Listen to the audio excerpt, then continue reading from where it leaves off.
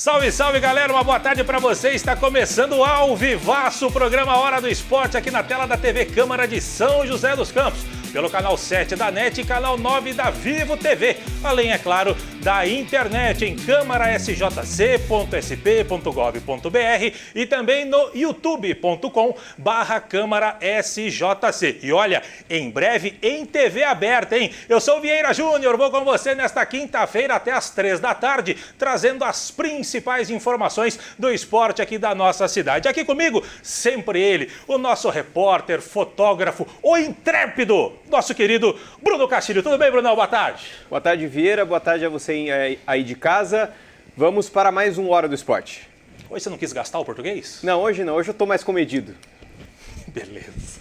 E o nosso programa de hoje começa falando de futsal, do nosso São José Futsal, que está bem demais na Liga Nacional e também no Campeonato Paulista. E para bater um papo sobre o time da bola pesada, que hoje nem é mais tão pesada assim, a gente recebe aqui no Hora do Esporte o técnico do São José Futsal, o Douglas Navas, o Douglinhas. Tudo bem, Douglas? Boa tarde. Um prazer te receber aqui no Hora do Esporte.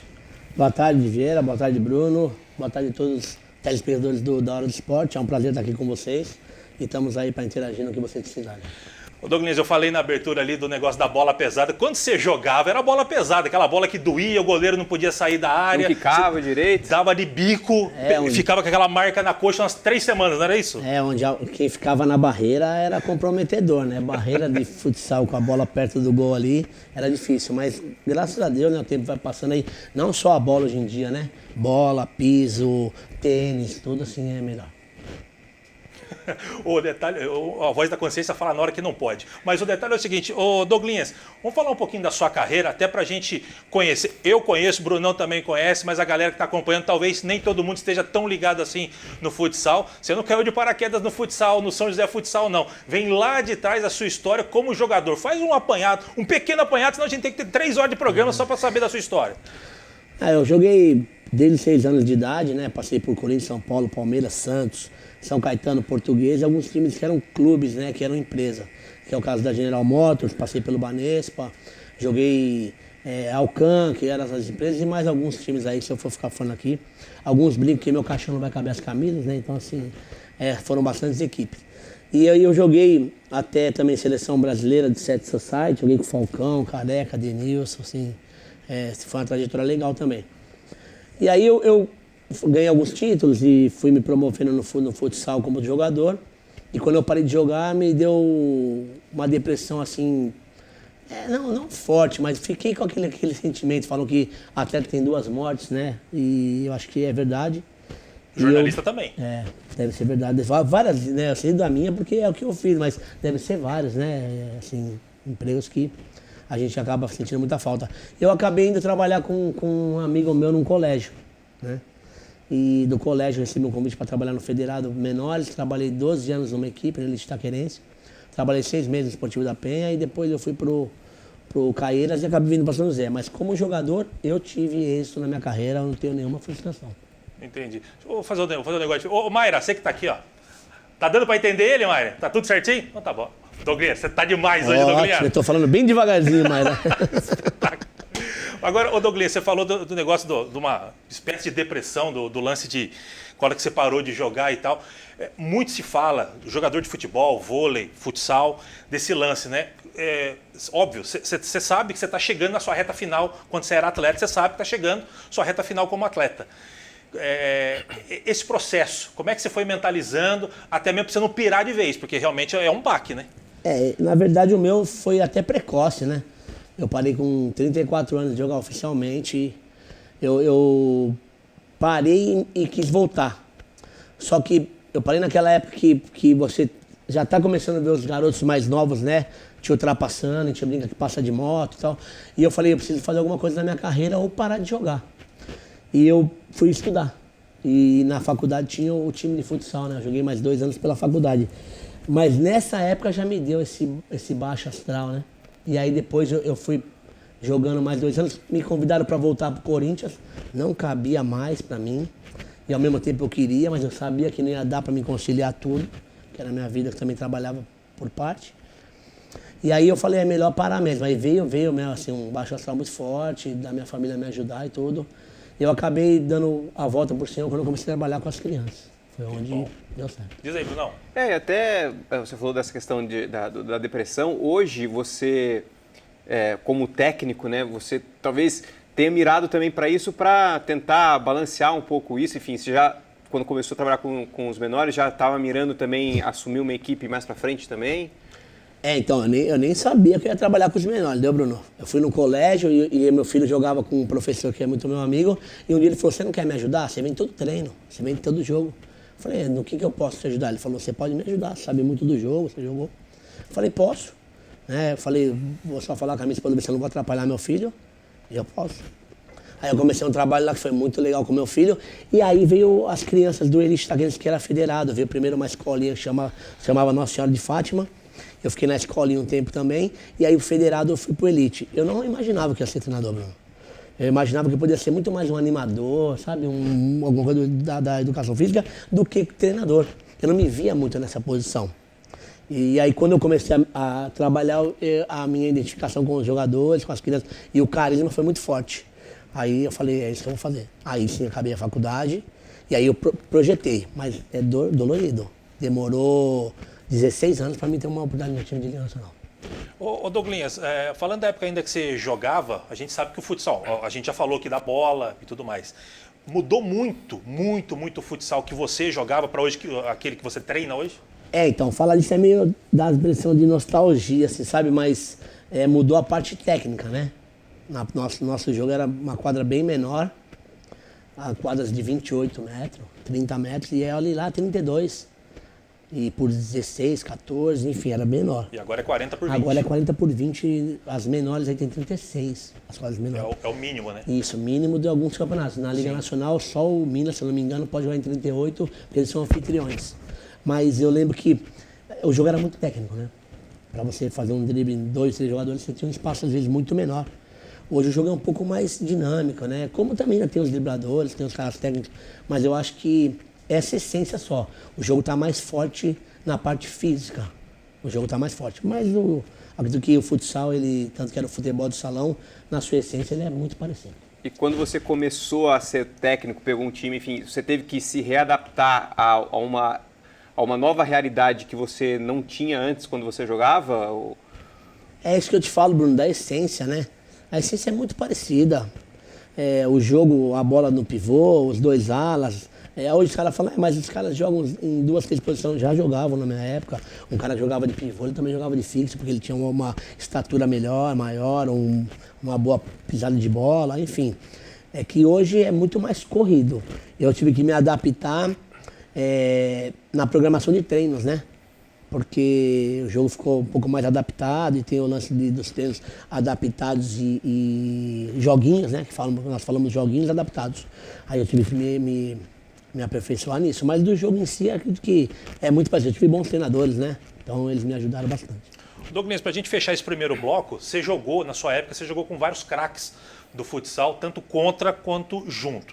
Hoje, quando se fala em futsal no Brasil, Falcão é o exemplo maior de jogador. Para você, o Falcão é o maior da história, o Manuel Tobias vem atrás, tem Lenísio, tem tantos outros, ou é difícil você elencar, botar um no pedestal? Não, é até pecado falar de jogador aqui, com tantas pessoas que eu joguei, e aí eu joguei tanto a favor como contra, seria até pecado da minha parte, mas o Falcão é o maior da história.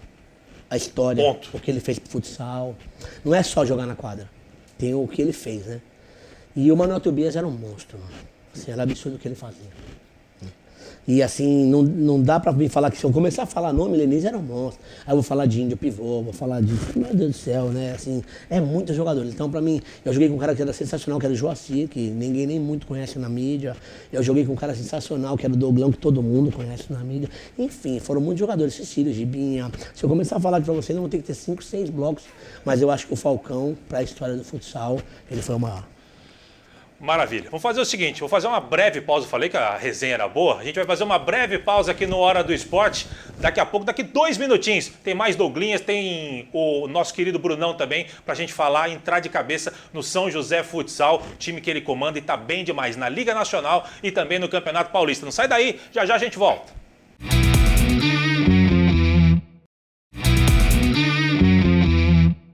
Estamos de volta aqui com a Hora do Esporte pela tela da TV Câmara e a gente continua conversando com o técnico do São José Futsal, Douglas Navas ou Douglinhas. É Douglas Navas ou Douglinhas? O que você escolhe? Pra mim é Douglinhas. Douglinhas. Eu Mas também Douglas gosto, eu Navas também prefiro também pode Douglinhas. Conheci você como jogador, Douglinhas é Douglinhas e não abro. Diz aí, Brunão.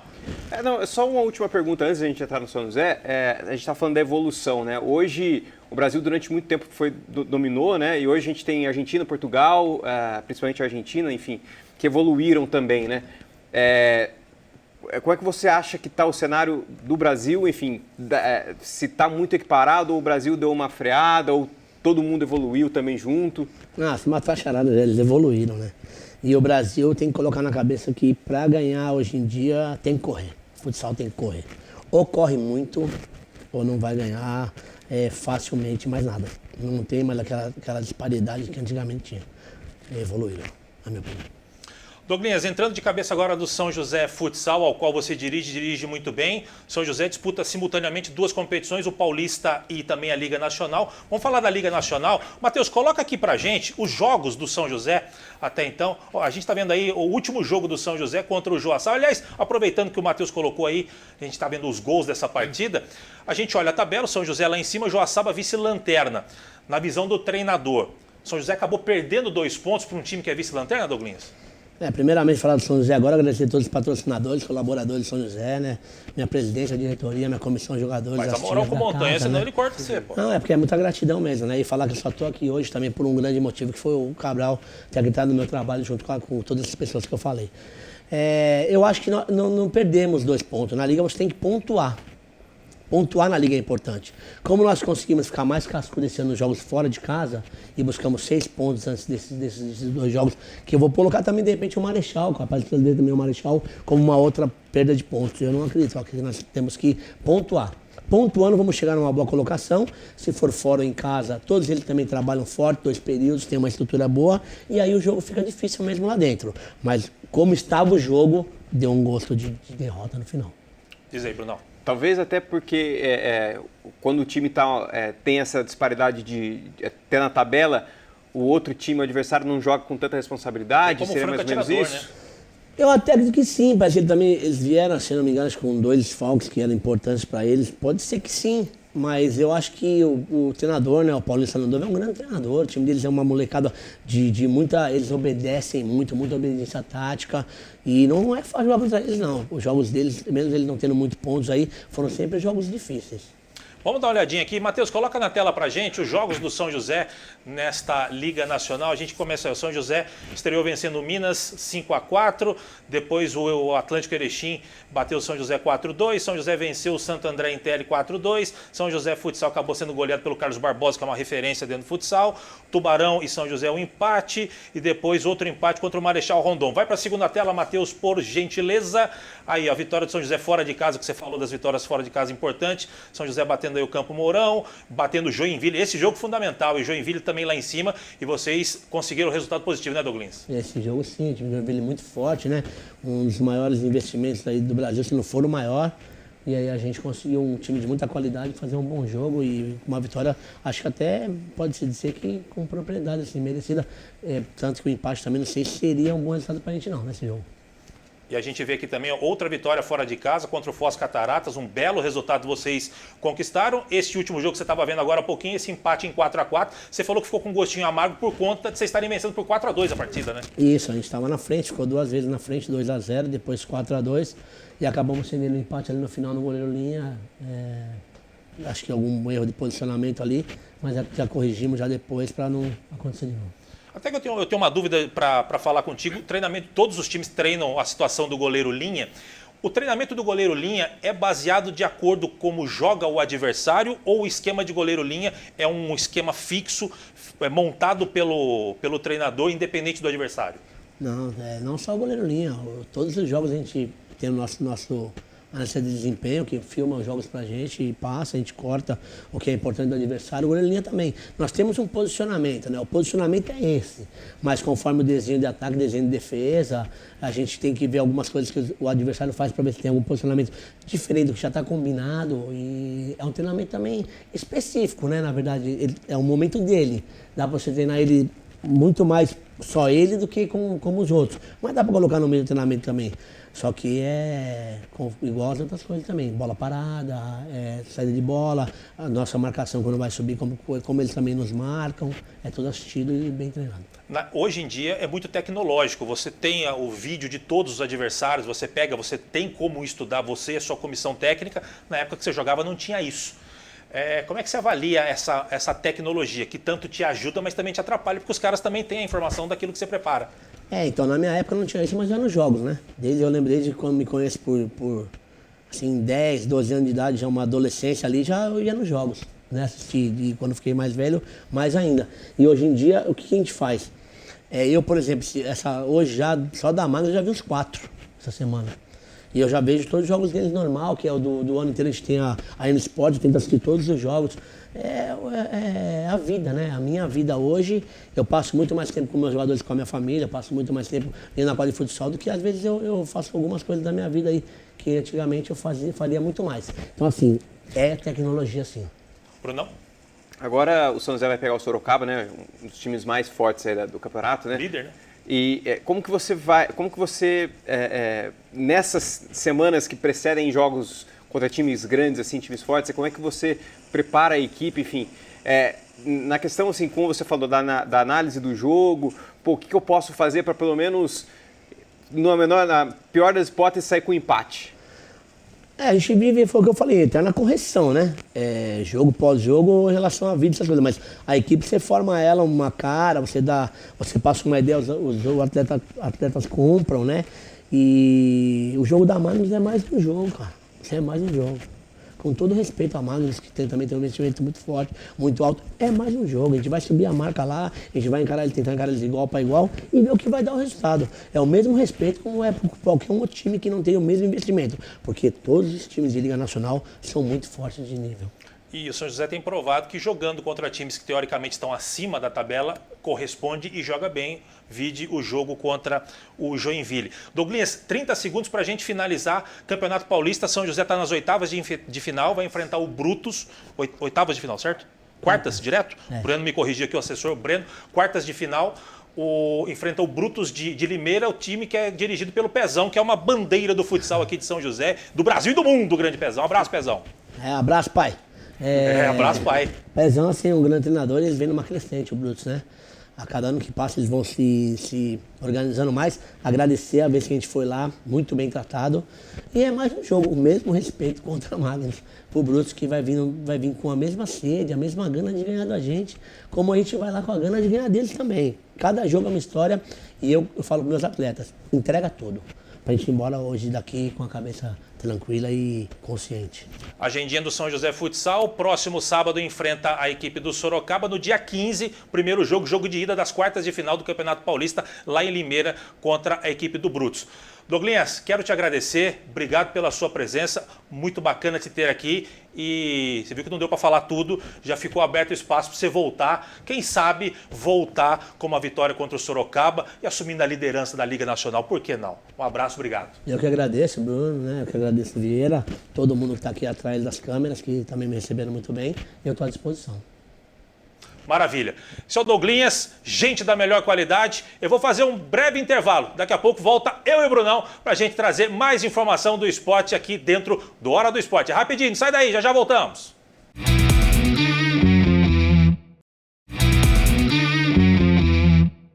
Muito bem, estamos de volta com o Hora do Esporte. E olha, Brunão, foi bacana o bate-papo com o Douglinhas, hein? Foi ótimo, foi ótimo.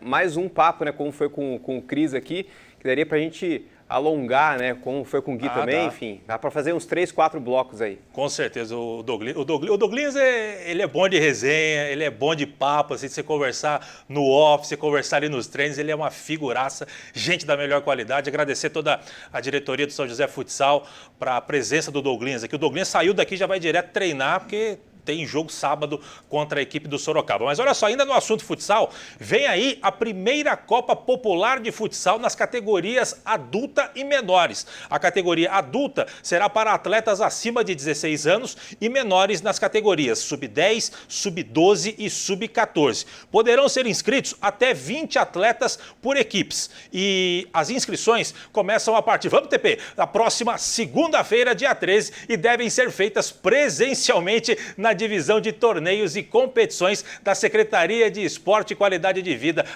o popular Centro da Juventude, que fica lá na rua Aurora Pinto da Cunha, 131, Jardim América. As inscrições de segunda a sexta-feira, lembrando que as inscrições são gratuitas. O torneio tem a previsão de início no dia 17 de julho e as finais de todas as categorias acontecerão no ginásio do Teatrão, na Vila Industrial.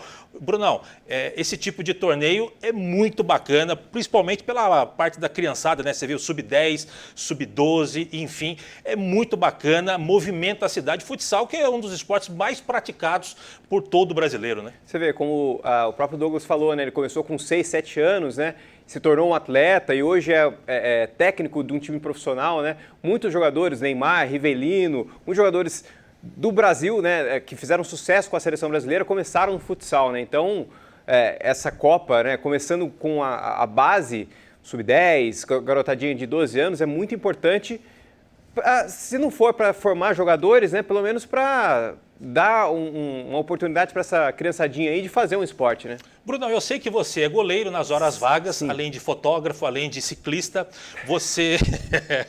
Só faltou o nadador nessa. Só faltou o nadador. Mas, meu caro Bruno Castilho, você nas horas vagas também joga o seu futsalzinho ou você ficou só no society? Quem quiser me chamar aí para um jogo de futebol, aí precisar de um goleiro, campo, society, areia, quadra, nós estamos aí. Tá certo. Brunão, um ótimo goleiro. O polo aquático também, se precisar de piscina de um goleiro também, estamos aí. Então tá bom.